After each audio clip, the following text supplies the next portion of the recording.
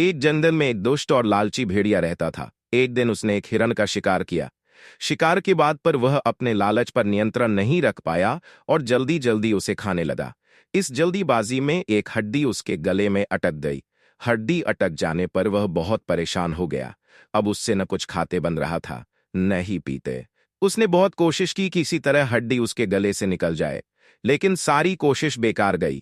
अंत में उसने किसी से सहायता लेने का विचार किया। वह सोचने लगा कि ऐसा कौन है जो उसके गले से हड्डी का टुकड़ा निकाल सकता है। कुछ देर सोचने पर उसे सारस का ध्यान आया। सारस की लंबी गर्दन और चोंच थी।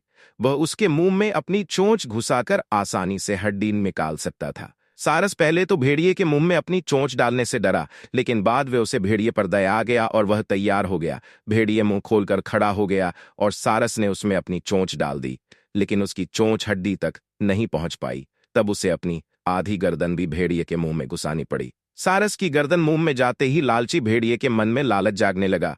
उस सोचने लगा कि यदि मैं इसकी लजीज गर्दन को चबा पाता तो मजा आ जाता, लेकिन उस समय उसे अपने गले में फंसी हड्डी निकलवानी थी, इसलिए वह मन मारकर रह गया।